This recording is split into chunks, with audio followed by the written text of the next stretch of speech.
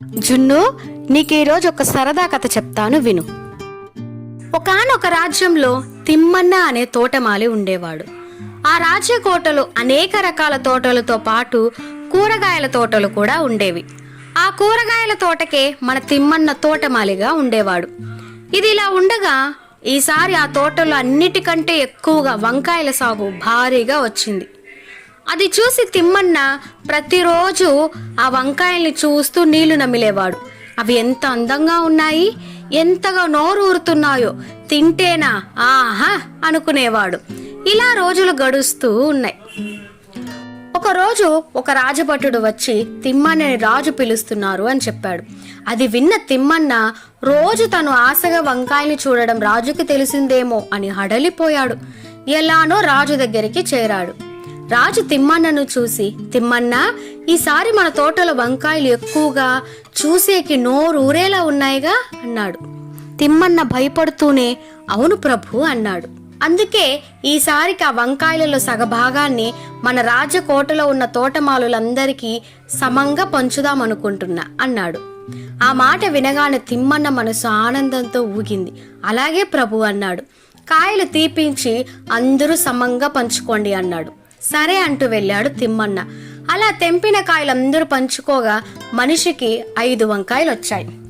అవి తిమ్మన్న ఆనందంగా తీసుకొని ఇంటికి బయలుదేరాడు. ఇంట్లో తన భార్యకు ఆ వంకాయలు ఇచ్చి, ఏమోయ్, ఇవి మన రాజ్యపు వంకాయలు. ఇవి నేను రాత్రి ఇంటికి వచ్చేసరికి కూర వండి పెట్టు.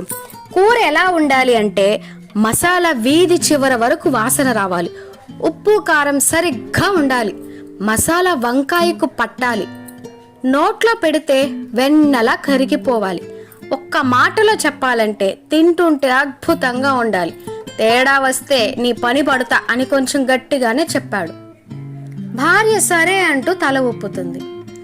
తిమ్మన్న పేరుకి తోటలో ఉన్నాడే కాని మనసంతా వంకాయ కూర మీదనే. అది తింటున్నట్టు ఊహించుకొని మురిసిపోయాడు. రాత్రి తిమ్మన్న ఇంటికి రానే వచ్చాడు.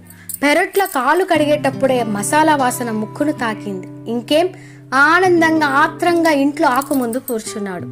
తిమ్మన్న భార్య అతనికి అన్నంతో పాటు ఒక వంకాయ పెట్టింది. అది చూసి తిమ్మన్న ఆశ్చర్యంగా చూస్తూ, ఏంటి ఒక్కటి పెట్టావు, మిగతావెక్కడా అన్నాడు తిమ్మన్న.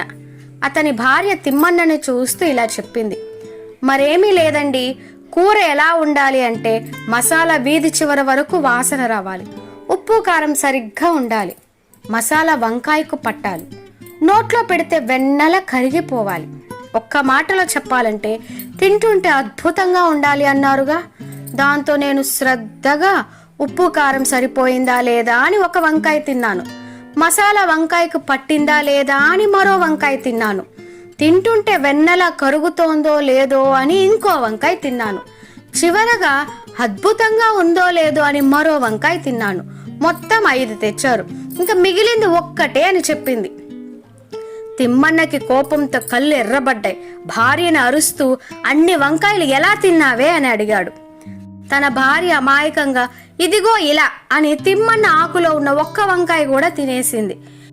ఇక పట్టరాని కోపంతో తిమ్మన్న తన భార్య మీద అంతెత్తున అరిచాడు. ఎంత అరిచినా ప్రయోజనం లేదని ఊరుకున్నాడు. మళ్ళీ మరుసటి రోజు నుంచి తోటలో కూర్చొని ఆ వంకాయల వైపు నిరాశగా చూస్తున్నాడు. పాపం మన తిమ్మన్న. భలే ఉంది కదూ కథ. నచ్చితే ఒక్క లైక్ ఇవ్వండి. మన ఛానల్ని సబ్స్క్రైబ్ చేసుకోవడం మర్చిపోకండి.